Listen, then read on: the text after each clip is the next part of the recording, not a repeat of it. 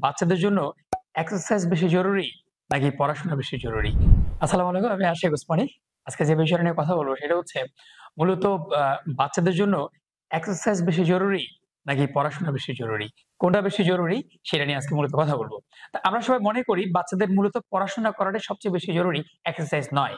যার দরুন আমরা যেটা করি সেটা হচ্ছে বাচ্চাকে স্কুলে যেমন পড়াই, স্কুলের পাশাপাশি বাসায় পড়াশোনা করাই, পাশাপাশি আবার বিভিন্ন কোচিং অনেকগুলো সাইড এক্টিভিটিস আমরা তাদেরকে নিয়ে পড়াশোনার মধ্যে ব্যস্ত থাকি। কিন্তু এর পাশাপাশি যে তার স্বাস্থ্যটার জন্য আমাদের যে একটু নজর রাখা দরকার, এই দিকটা কিন্তু আমরা অনেক অভিভাবক অনেক সময় ভুলে যাই। তা যার দরুন আমরা সময় বাঁচিয়ে কোচিং করাই, কিন্তু কোচিং বাঁচিয়ে কোনোভাবেই আমি তাদেরকে ফিজিক্যাল এক্সারসাইজ করতে দিই না। কিন্তু আমাদের অভিভাবকদের যে জিনিসটা স্মরণ রাখা উচিত, আমাদের শিক্ষার্থীদের জন্য পড়াশোনা যেমন জরুরি, পাশাপাশি আমাদের স্টুডেন্টদেরকে ফিজিক্যাল এক্সারসাইজ করাটা কিন্তু অনেক বেশি জরুরি।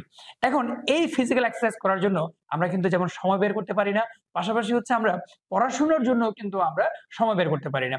দুটোকে কম্বিনেশন করে কিভাবে সময়টাকে আমরা অ্যাডজাস্ট করব, এটা নিয়ে আমাদের মধ্যে অনেক সময় দ্বন্দ্ব লেগে যায়। এই দ্বন্দ্বের মধ্যে অনেক সময় পড়াশোনার ছন্দটা নষ্ট হয়, অথবা নিজেদের মধ্যে অনেক সময় একটা ভুল বোঝাবুঝি তৈরি হয়। যেমন আপনার বাচ্চার যখন ফিজিক্যাল এক্সারসাইজ করতে হয়, দেখা যায় যদি আমাদের স্কুল সকালবেলা হয় তখন আমরা ঠিক ভোর ৬টায় উঠে রেডি হয়ে আমি স্কুলে যাচ্ছি। কিন্তু যেদিন আমার স্কুল থাকছে না সেদিন আমরা লং টাইম ঘুমিয়ে পড়ছি। আবার দেখা যায় পড়াশোনা শেষ করে যখন বাসায় আসলো তাদের রেস্ট দেওয়ার জন্য কোনো রেস্ট সময় নাই। কিন্তু একটা সময় পরে পড়াশোনার ফাঁকে ফাঁকে আমরা তাদেরকে যদি অনুশীলন না করাই, তাদেরকে যদি ফিজিক্যাল কোনো অ্যাক্টিভিটিস এর মধ্যে যদি আমরা ইনভলভ না করি, গবেষকরা বলছেন তারা কিন্তু খুব বেশি মেধাবী হয় না এবং তাদের স্মৃতিশক্তি খুব বেশি বাড়ছে না। তো ডাচ একদল বিজ্ঞানী ৭২ জন শিক্ষার্থীর উপর একটা গবেষণা চালিয়ে দেখেছেন যেসব বাচ্চারা টানা ৪ ঘন্টা পড়াশোনা করার পরে, অথবা যারা যেসব অফিসিয়াল যারা ৪ ঘন্টা পরে ফিজিক্যাল এক্সারসাইজ করছে, তারা যথেষ্ট মেধাবী হচ্ছে। তার কারণ হচ্ছে পড়াশোনার পাশাপাশি ফিজিক্যাল এক্সারসাইজ তাদের ব্রেনের কার্যক্ষমতা বাড়িয়ে দিচ্ছে অনেক গুণ। এই বিষয়টা কিন্তু আমাদের অনেক অভিভাবক কিন্তু জানেন না, অথবা যদিও জানেনও কিন্তু আমরা মানতে খুব একটা পারছি না। কারণ সময়ের টাইট শিডিউল, আমরা আমাদের বাচ্চাদেরকে পুরো একদম সময়বন্দি করে ফেলছি। এই সময়বন্দি করা থেকে যদি আমরা বাচ্চাদের বের করতে চাই, তাহলে সবচেয়ে বেশি দরকার হচ্ছে আমাদের অভিভাবকদের এটার প্রতি সচেতনতা। পড়াশোনার পাশাপাশি বাচ্চাদের জন্য একটা টাইম রাখুন, যে টাইমটা বাচ্চারা এক্সারসাইজ করবে। যদি মনে করেন যে এক্সারসাইজ বাচ্চাদের করার সাথে সাথে আমাদের কিন্তু আপনার অভিভাবকরা যদি করেন, যেমন সকালবেলা একটা নির্দিষ্ট টাইম আমরা বের করতে পারি, যেই টাইমটাতে তারা ফিজিক্যাল এক্সারসাইজ করতে পারে, অথবা রাতের বেলায় যখন আপনি একটু সময় পেয়েছেন ওই কিছুক্ষণ অন্ততপক্ষে ১০-১৫ মিনিট বাচ্চাকে একটু ফিজিক্যাল এক্সারসাইজ করুন, একটু হেঁটে আসুন, নতুবা তাদের সাথে একটু খোঁজ গল্পে মেতে উঠুন, তাদেরকে একটু সময় দিন, পাশাপাশি তাদের সাথে এক্সারসাইজটাও করুন। যেমন হতে পারে আপনারা বাবা মারা বাচ্চাদের সাথে একটা দৌড়াদৌড়ি প্রতিযোগিতা করতে পারেন, অথবা হাঁটি, যে কে কত তাড়াতাড়ি হেঁটে এত মিনিটের মধ্যে এটা ক্রস করতে পারে। এটার পাশাপাশি হবে কি যে বাচ্চারা হাঁটছে, হাঁটার কারণে তার ফিজিক্যাল এক্সারসাইজ হয়ে যাচ্ছে। এটা একটা মাধ্যম হতে পারে। পাশাপাশি নির্দিষ্ট একটা টাইমের মধ্যে যে কোনো ধরনের কিছু এক্সারসাইজ আপনি করতে পারেন, যে এক্সারসাইজ গুলো আপনার জন্য অনেক বেশি সহজ। এতে কি হবে, বাচ্চার এক্সারসাইজটা হয়ে যাবে। এখন প্রশ্ন হচ্ছে পড়াশোনার পাশাপাশি এক্সারসাইজ কি মূলত শুধুমাত্র তাকে ফিজিক্যালি ফিট রাখবে? একদমই নয়। ফিজিক্যালি যেমন ফিট রাখবে তেমন মেন্টালি আরো বেশি ফিট রাখবে বলছে কিন্তু গবেষকরা।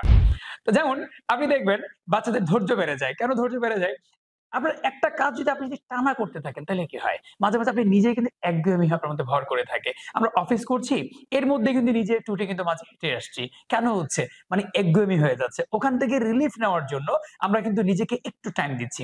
কিন্তু আপনার সন্তান কি টাইমটা দিচ্ছে? সেটা কি একবারও ভেবে দেখেছেন?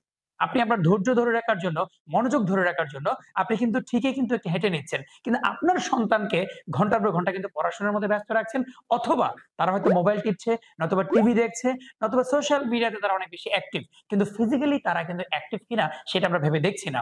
যখন তারা অসুস্থ হয়ে পড়ে তখন আমরা ভাবছি, ডক্টর যখন বলছে আপনার সন্তানকে হাঁটতে হবে তখন হয়তো মনোযোগ দিচ্ছি। তার আগে এই আগের পার্টটাও কিন্তু ভাবতে হবে আপনাকেই। কারণ আপনি সন্তানের অভিভাবক, অথবা আপনি আপনার ফিজিক্যালি ফিট রাখার জন্য আপনি আপনার জন্য নিজেকে ভাবতে হবে। কারণ আপনার ভাবনা অন্য কেউ এসে ভেবে দিবে না। এজন্য আপনাকে যদি ফিজিক্যাল এক্সারসাইজ করেন সেক্ষেত্রে আপনার ধৈর্যটা বেড়ে যাবে, মনোযোগ বেড়ে যাবে। বিশেষ করে কাজ করে নিজেকে অনেক বেশি ফ্লেক্সিবল মনে হবে। যেকোনো কাজকে আপনার কাছে আর বোর মনে হবে না। কাজের মধ্যে আনন্দ পাবেন। পড়াশোনা, কাজ এবং ব্যক্তি জীবন সব জায়গাকে যদি আপনি আনন্দিত করতে চান, সন্তানদের ভবিষ্যৎ যদি আপনি সুন্দরভাবে গড়তে চান এবং সন্তানদের যদি ফিজিক্যালি ফিট রাখতে চান, আপনাকে অবশ্যই নিজেকেও এক্সারসাইজ করতে হবে, আপনার পরিবারের সবাইকে এক্সারসাইজ করতে হবে। বিশেষ করে আপনার ভবিষ্যৎ প্রজন্ম, তাদেরকে অনুশীলন করাতে হবে। এতেই গড়তে পারবেন একটা সুস্থ জাতি। আর একটা সুস্থ জাতি একটা মেধাবী জাতি তৈরি করবে। আর একটা মেধাবী জাতি পুরো বাংলাদেশকে বদলে দিতে পারবে। পাশাপাশি পুরো পৃথিবীর জন্য তারা অবদান রাখতে পারবে। এজন্য আসুন পড়াশোনার পাশাপাশি এক্সারসাইজটাকেও নিয়ম করেই করি।